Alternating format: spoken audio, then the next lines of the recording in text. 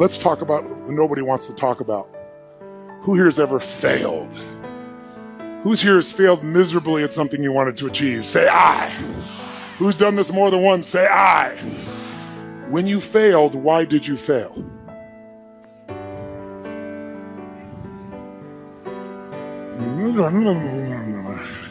Why are you suddenly tongue-tied? Come on, tell you what. What did you used to say the reason you failed when you were bullshitting yourself? You know I know better, so you're not telling me the truth. What did you used to say? I failed because... Okay, good. I didn't have enough money. What else? Didn't have the right technology. Good, sir. Why'd you fail? I had the wrong people. They say I had the wrong leader. Isn't that interesting? It was the economy. Bad economy. Not enough time. Didn't have enough time. Now, I asked this question for the first time about 7 years ago. I was at this place called TED. Anybody watching those TED videos? And TED didn't have a website or anything at that stage. It was a very small program. It was done for about 800 people in Silicon Valley, most of them billionaire investors, the founders of Yahoo, the founders of Apple, the founders of a whole series of companies.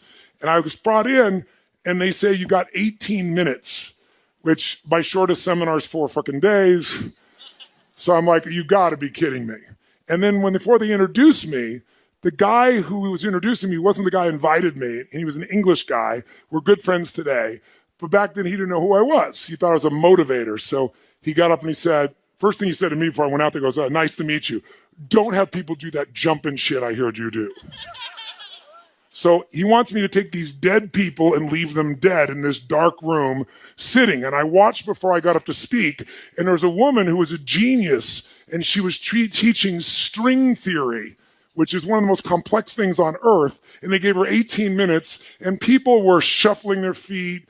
And at the end, they didn't even clap for her. They were assholes. They all thought their shit didn't stink. These are all the achievers of the world.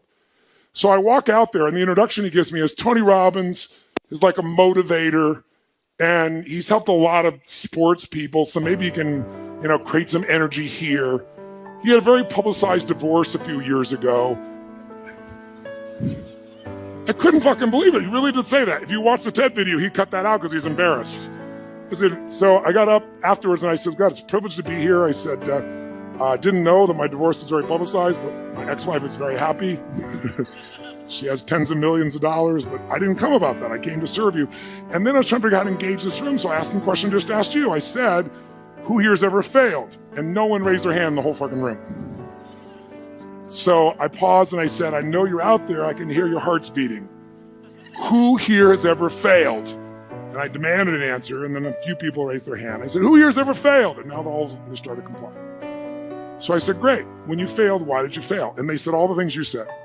Didn't have enough time, didn't have the right technology, didn't have the money, didn't have the contacts, had the wrong people. The people said we had the wrong leader, right? And then this voice in the darkness, the whole room was pitch black, says, I didn't have enough Supreme Court justices.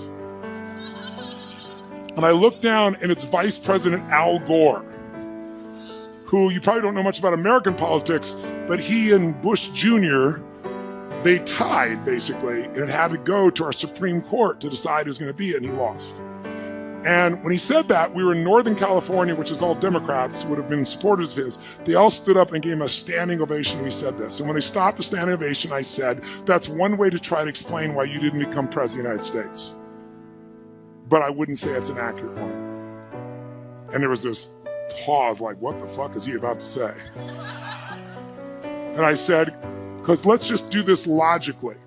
Everything you people have told me, I didn't have the technology, I didn't have the right contacts, I didn't have the time, I didn't have money. Everything you've told me, I didn't have enough Supreme Court justices, those are resources. And so you're telling me I failed because I didn't have the resources, and I'm here to tell you what you already know. Resources are never the problem. It's a lack of resourcefulness is why you failed. Because the ultimate resources are emotional states. If you're creative enough, can you find the answer? Yes or no? If you're determined enough, can you find the breakthrough? Yes or no? If you're passionate, loving enough, can you get someone to help you? Yes or no? If there's no way that you're committed, can you find the money even if you don't have it? Yes or no? So I said creativity, decisiveness, passion, honesty, sincerity, love. These are the ultimate human resources. And when you engage these resources, you can get any other resource on earth. And I said, so you told me all the resources you're missing and you hypnotize yourself into believing that you don't have what you want because you don't have the resources, when the most successful people in history had no resources, but they were incredibly resourceful, so they got the resources. Resourcefulness is the ultimate resource. And if you don't have what you want, stop telling yourself the story because you don't have the money, you don't have the time. That's bullshit. It's because you haven't committed yourself where you would burn your boats. If you want to take the fucking island, burn your fucking boats, and you will take the island, because people, when they're going to either die or succeed, tend to succeed. But most of us give ourselves a way out, and that's why we don't have what we want.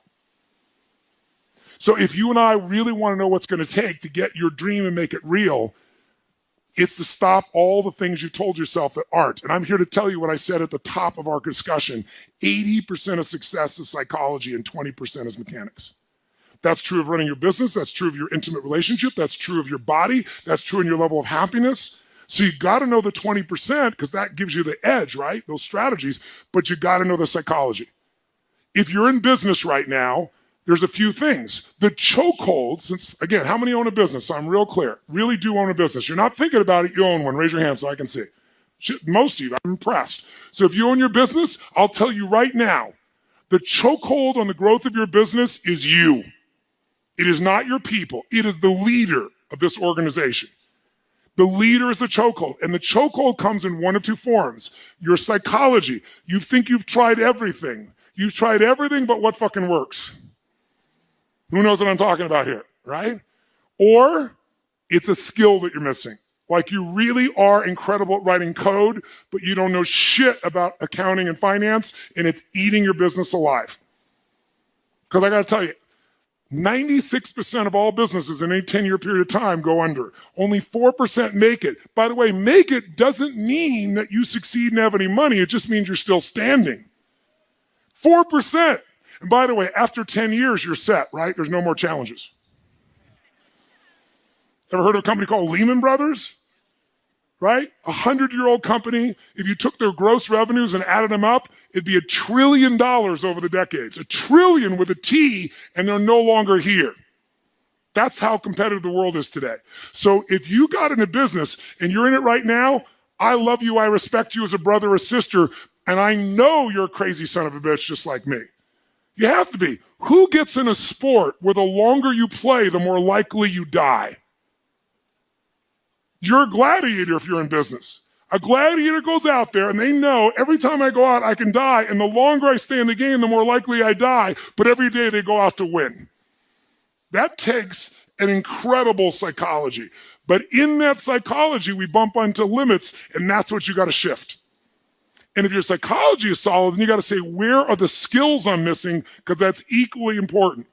If you don't know how to market in the world we're in today, if you don't know the cutting edge of marketing, I'm only here today. I have the privilege to be with you here. How many of you are in this room because you listened to an audio, you read a book, or a friend? Let me separate. How many are here because you read a book or listened to an audio, and that created the basis for you to want to be here? How many are here because somebody told you got to go see this guy? Let me see your hands. You saw that. Let me see your hands nice and high so you can look around the room. So about 85% of the room. I created a brand, and that's why I have the privilege to serve you. But that brand came because I realized early in my career, I have the best ideas in the world, but they're going to die on my lips unless I can market them, unless I can build a brand. It is the most important thing today because the world is made up of commodities. The world is so competitive. If you're a commodity, if you're a race for the lowest price, you will be out of business within 10 years, probably more like 2 to 5. You have to have something that separates you from everybody else on earth, and until you find out that something, you will be stressed and you will be struggling. But everybody has it or anybody can create it. That's my expertise. My companies, I started with 0. We do more than 5 billion with a B per year, my companies, combined. How the fuck did you do that when it's not even your focus? Well, thank you very much. I appreciate that very much. All the things I know right now, if I only knew back then. Yes. I appreciate the applause, but I'm not telling you for that reason. I want you to get, I was never even out to be successful in business. I had a mission, but I realized I have to master business or that mission is going to die. And you got to get that too. Because otherwise you're going to be one of the many who work your ass off and not have what you deserve. So this is an area that deserves mastery, not dabbling. And probably most of you in this room work your ass off on your business and you're still working in the business, you're not working on the business. I know you know the difference. And if you do, you're not getting distinctions that are cutting edge. One right strategy can save you 10 years, but you got to go get it. You can't just keep doing what you're doing and then pumping yourself back up. So you got to get the skills. Marketing is one of those skills. Selecting the right people is everything. Who selected the wrong person? And as a result, it costs your business big time. Either in a partner, salesperson, something, raise your hand, say I. You got to develop a system, pick the right people. You live and die by that. And we all know it's not the person that you hire that hurts you, it's the one you don't fire. So knowing how to pick the right people, knowing how to train those people, knowing what you're going to do in sales, knowing what you're going to do in marketing, knowing what you're going to do in the financial side of your business is everything. You have to master these things. You can't hope and expect your business to be there. So how many of you have a college education in this room? Who's got a college education? Keep your hands up nice and high. How many feel like, clap like crazy if you agree. If you disagree, go, in. How many agree that your college education prepared you for the life in the 21st century to give you the greatest results you could possibly get for your body, for your mind, for your business? However, how many wouldn't have traded that experience because there are other things in it that are priceless for you? Relationships, insights, say I.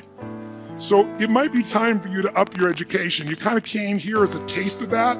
I'm telling you because if you're in business, come see me. I'm doing a program you can fly and see it around the world, or you can see a program here in Australia, but you gotta come in from the business piece. Let me serve you. I'm not holding back today. It deserves the 5 days and nights. And oh, by the way, if you make an investment today, what kind of return are you hoping to get? You, sir, you invest in your money, what's the return you're looking for? Real, in the real world, today. No, I'm asking you, what return do you want on a dollar investment? If you invest your money, what are you hoping to get as a return on an annual basis? What are you looking for on an annual basis? 20 to 1. And how often are you doing that? Good try. How many of you would love to get a 20% return? Think that would be extraordinary investment? Say I. If you want to come to an event with me, it's $10,000. That means a $2,000 return. If I can't get you $1 million return, you shouldn't come. If I can't get you immediately in the next year a 130% return, you don't pay anything. I'm not selling you. I'm telling you, don't let this be the end. Let it be the beginning. Who's with me on this? Say I. Having said that, if I never see you again, let me give you fundamentally the structure and how to break through on anything. And here's what it is briefly. Breakthrough. What is a breakthrough, by the way, so we're clear? If you say you're having a breakthrough, who's ever had a breakthrough? You fought, and then you had a breakthrough. Who's had this happen before? Say I. A breakthrough is when there's something you struggle with for a long time. You say you're going to change. You say you're going to make it happen. You're going to lose that weight. You're going to grow your revenues. You're going to make that profit. You're going to make something happen. You're going to find that relationship. You're going to stop smoking, and you get right near the edge, and then you pull back. Who's done this multiple times before? But then finally had a breakthrough. You broke through and actually changed it. Say I. So jot down what a breakthrough is, and let me give you the 3 steps of it. A breakthrough is a moment in time. That's what it is. It's a moment in time. It's a moment where suddenly what was impossible becomes possible. And what makes it possible is you take immediate massive what? Immediate massive what? Action. For that to happen, for the impossible to become possible, and for you to have action that's going to get results, really, I found over the years, any kind of breakthrough that you're going to have requires 3 things to it. And if you never see me again, and you're ever in a place where you say, I'm sick of fighting this, I'm sick of not getting results I want, I don't want to just learn more, I want to break through. If you remember this and go back to this simple formula, and by the way, I've made this simple purposely. You know why? Complexity is the enemy of execution. The more complex you make it, the less likely you're going to execute. I'm so good at getting people to do things because I make it so damn simple, you can't miss it. So let's do it. What's it going to take to have a breakthrough? Before I tell you, let's have you think of an area where you once fought and you finally had a breakthrough. For you personally, what's an area where you pushed and pushed and pushed, you couldn't do it, and you finally made yourself do it and broke through? How many can think of a specific area of your life where you actually did create a breakthrough? Say I, if you can remember one. Oh, say it strong. Say I. Say I. What was that area? Say it out loud. What was the area? Just say it out loud. What area did you break through in? Say it out loud. What was the area? Okay? So now, you've had success before. Let's do it again. I'm going to show you the 3 things you need for a breakthrough. Any one of the 3 can do it. All 3 of them together, you will absolutely break through. And I'm going to give them to you in reverse order of importance, meaning I'm going to tell you the least important thing first because it's the first thing most of you go for. It's not the most important, but it's very important. Now, before I do it, I want you right now to think of an area you want to break through right now. What's an area of your life right now that you'd like to create a breakthrough? How many can think of something you came here for? I want to change this. I want to rip this open. I want to transform this. I want to master this. Who's got an area of your life right now? Great. Sit up in your chair with some energy right now. Sit up in your chair. Make sure the people on either side of you are in a peak state right now. Come on, get them up in a peak state. Show them what a peak state looks like by your example. Come on now. Come on now. Wake it up. Come on. Wake them up. Wake them up. Come on. Oh, yes. All right. Right now, pick an area you want to create a breakthrough in. What's an area you want to create a breakthrough in? Money, finance. Great. What specifically do you want to create a breakthrough about money or finance? I'd like some money. Now here's the problem. Ask and you shall.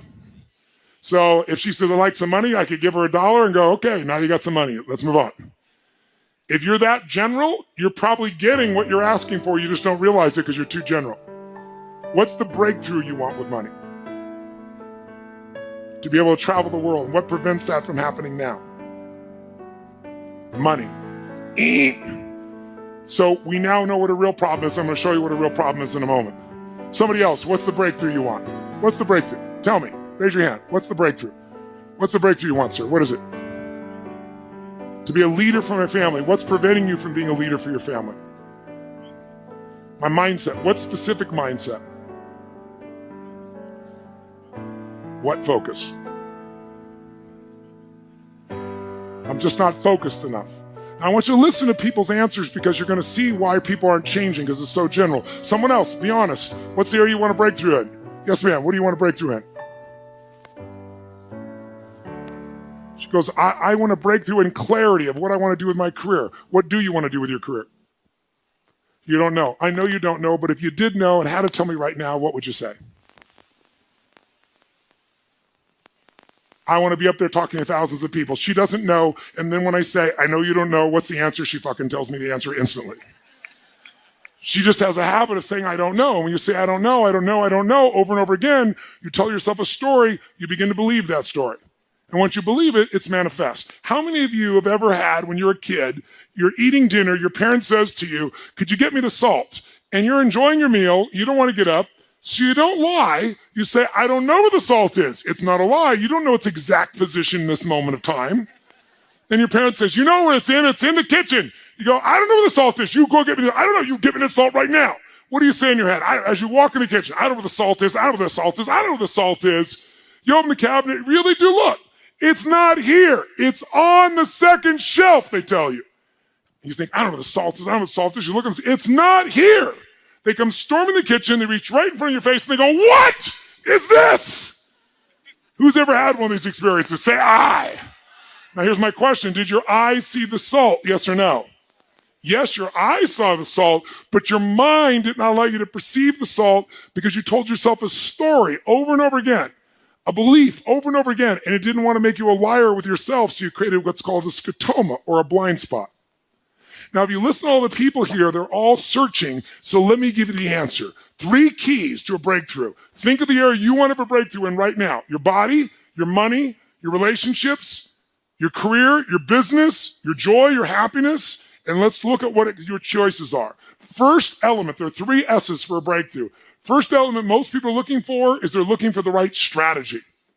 They're saying, if I could find the right strategy, I could get this result right now. And by the way, my life, I am a life and business strategist. all I do virtually is seek out the world for fine strategies. I find people been together for 60 years and they don't just love each other, they're intimate, they're passionate, they make love. And I want to know, what do they have different than other people? And I don't think it's luck, and I know it's not luck, and I figure out what their strategies are. They do things that excite each other. And I find out what those things are, and you can put them in anybody's relationship and it's reignited. I find people, I just got done doing a 4-year project where I interviewed 50 of the most wealthy human beings on earth, the greatest investors in history. And these are all people that started with nothing and became multi-billionaires. And I interviewed them, put it inside the book, the very best of what I've learned. I got a PhD from the people that control the world economy, from the Warren Buffetts of the world, from the Ray Dalias of the world. And once I knew what their strategies are, like right now, one of the strategies I put in my book, it's called Money Master the Game. And I believe it's in Australia now. I think it's coming. Is it here yet? A few of you have seen here? In this book, I got one of them to actually give me his strategy.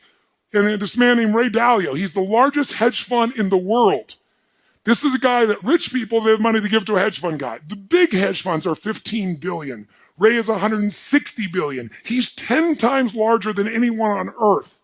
You have to have $1 billion net worth and give him $100 million 10 years ago to even begin investing with him. Now he doesn't care how much money you have, he won't take your money.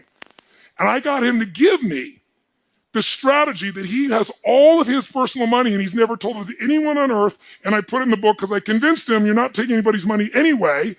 So you're not getting, all the money you could ever take, you're taking. You're giving up half your net worth.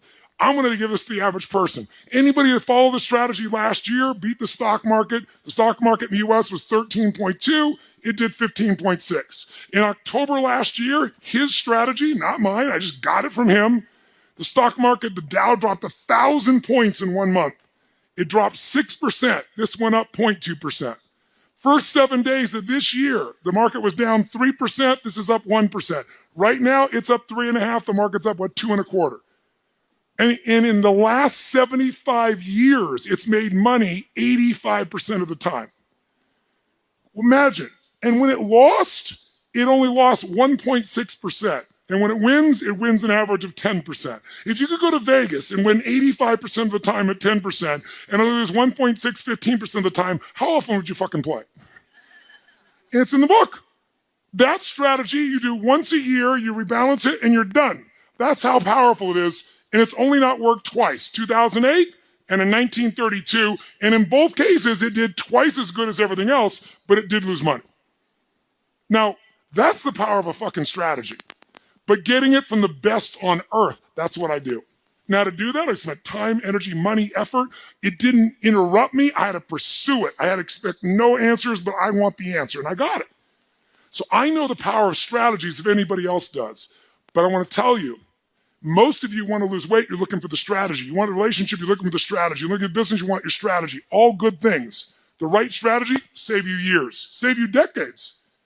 Convert results in minutes that you would have struggled for forever. So I know the value of strategies. But with all that I just said about strategies, they're not the most important piece to a breakthrough. Because think about it, 70% of the United States is overweight. I don't know the current number in Australia, but it's starting to catch up to the US. Most of the world is catching up to the US. We've polluted everybody else with the same lifestyle. And so guess what? Is it really that hard to be fit and strong? Is it so complex that you'll never understand it? Is that why? Is the strategy complex for fit and strength? To be fit and strong, yes or no? Is it like so unique and special that only the 1% can afford it? No. In fact, don't you have to work your ass off to avoid the information that can make you fit and strong? In fact, today, God forbid, if you wanted to go work out and be trained, how far would I have to leave this building to get to a place where they would train me? How far? There's one right over there, isn't there? And we'd probably drive there. God forbid we'd actually walk to the place we're going to work out and shit, right? And oh, by the way, you don't have to do that. Now you can take out your phone or your iPad right now and download 10 books. We're living in a world where the strategies are all around you. So strategy may be your problem. Often it is. But more often you're missing the number 2 thing you need, and that is the right story. Because the story you have about your life, about your business, about the area of your life that's not where you want, the area you're breaking through, your story is what's making you be stuck. What's a story? It's a belief that you tell yourself over and over again, like, I don't know what the salt is, I don't know what the salt is. And you tell the story so often you believe it. A man once said, you tell a lie big enough, loud enough, and long enough, sooner or later people will believe you. Who said that? Hitler. And most of us are Hitler in our own minds. We convince ourselves of challenges. So when a person says, well, you know, I've tried, someone who hasn't lost weight, they'll say, I've tried. Come on, what do they say? I tried everything. Bullshit. If you tried everything, you'd be fit and strong. Well, I've tried thousands of ways. Thousands? Name them. Well, I've tried hundreds. Name them. Well, I've tried dozens. Name them. Well, I did do these two stupid things that don't work over and over again. Mine was, I'm big boned. I am big boned, but I was 38 pounds heavier with the same bones.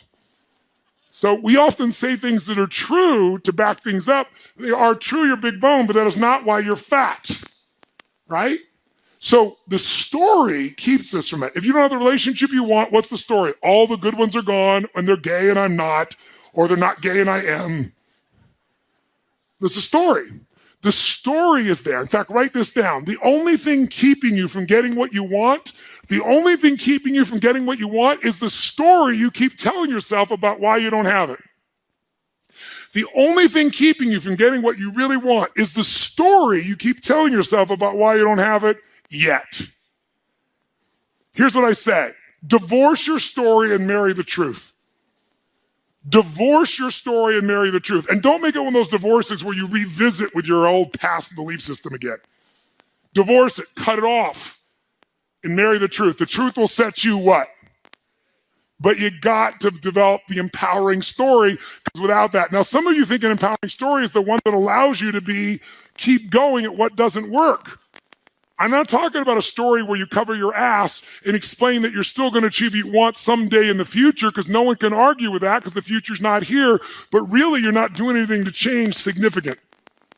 Who knows what I'm talking about here? Say I. So you've got to find a story that's going to empower you to act, a story that's going to get you to find the breakthrough, because otherwise, with a lousy story, you'll never find the strategy, or you'll come up with a reason why it's too expensive, you can't get there, you can't access it, or you'll even get the strategy and then half-assed apply it just so you can reward your story that says it doesn't work because I tried it. Like, it's all bullshit, it's bullshit, it's bullshit, it's bullshit. Jumping and doing something different in your head. Of course it's not going to work, you're not doing it. It's self-fulfilling. How many follow this? Say I. So I want you to get, this is the secret. And by the way, I don't want to make it so strategy doesn't matter, because it does. Let me give you a quick example. Is there a single guy here? Raise your hand if you're a single guy. Let me just see a quick example. Single guys here. And if you're a single guy, raise your hand. I've got so many good examples here. All right, single guys, single guys. Okay, so how about this gentleman right here? Stand up, sir. Give him a hand. Give him a hand, ladies and gentlemen. Come on, give it up in an Aussie hand. All right. What's your name? What is it? Jesse. Jesse, I'm going to get your microphone. Jesse, I bet you're going to get this, because Jesse's a good kid. You can feel him. So I think you're going to get the answer. So it'd probably be anticlimactic, but let me just ask you. Jesse, I want you to imagine that you're driving in your car with a girl you're dating. Yeah. And as you're driving, she says to you, Jesse, do you need to stop to pee? And you know you don't. What do you say? Well, I don't need to pee. I don't need to pee. What a weird thing to ask. I don't need to pee. Now, ladies, how do you feel when you ask the guy, do you need to pee? Do you need to stop to get a drink? And he just goes, no. Ladies, make a sound of how that makes you feel. Make a sound. Go. Oh, come on. Make it loud so he hears it. Go. One more time. Do I need to ask if she needs to pee? So... The quick study. Here's what you're missing. This is why you're single. When a woman asks, do you need to stop for a drink? Do you need to pee? Women don't really mean what they say. They give you clues and want you to be a detective and uncover what they mean, because this proves that you really care. It's quite complex, this shit, but I'm going to educate you right now. So when she says, do you need to stop to pee? Your response should never be no, because you don't have to pee, or yes, because you have to pee. Your response should always be, honey, do you need to pee? And then she'll say, I don't know, because women need to talk to see if they have to pee. They have to speak and then see if they have to do it. And then she'll probably pause and you go, honey, I think we should stop. Don't make her say yes. You just make it happen. Now, ladies, if you did that, give him a little response. So is this man is this a good young man? Is he yes or no? Is he nice? Is he sweet? Is he kind? He just doesn't fucking know that women don't mean what they say. So he doesn't have the right strategy, so she's gonna be pissed at him. How many guys have ever had a woman suddenly be pissed at you and you're going, I did nothing? Gentlemen, make some noise. Make some noise if it's true. You don't have to do anything. They just get to change states. So what you have to do is read the tea leaves. Now, to be fair, let's give Jesse a big hand. Give him a big hand for that.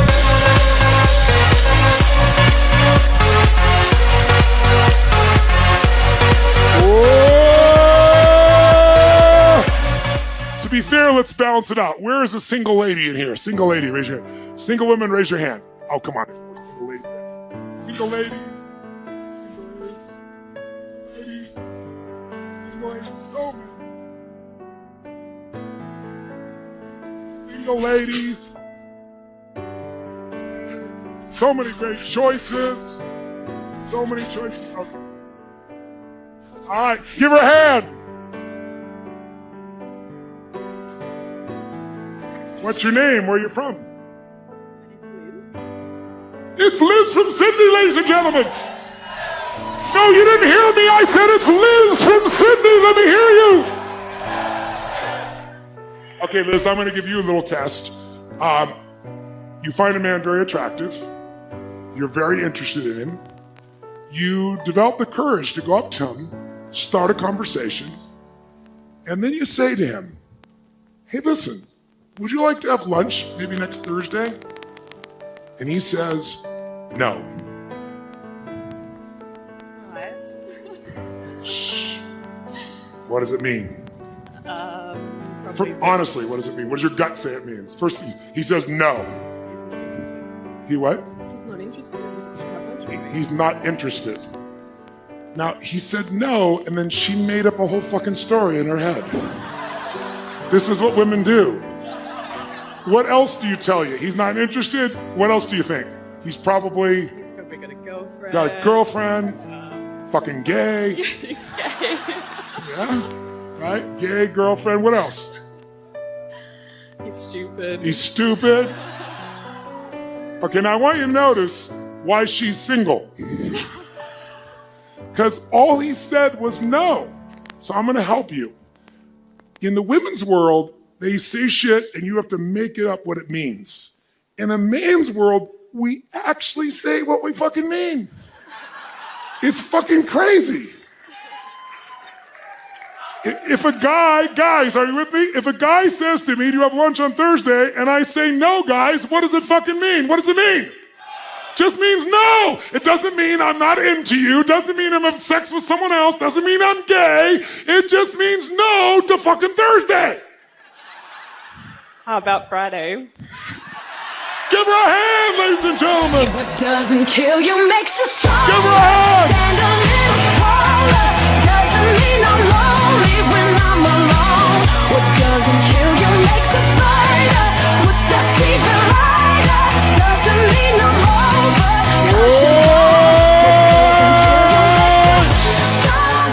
Can you see how her story would get in the way of a strategy that would work? Yes or no? Can you see how his strategy, lack of understanding, would make women make up a story about him at times? Yes or no? So they all affect each other, don't they? But the glue that holds you in place is the story. If you want to grow a business, I can teach you a million strategies that will change you overnight. And if I get you to use a strategy and grow your business 30% like that, you are going to get so excited that your story about your business will change, won't it? You're like, I can rip this open. I'm going to make this thing 100% more profitable. That's why 80% of those people, I can grow them 30 to 130%.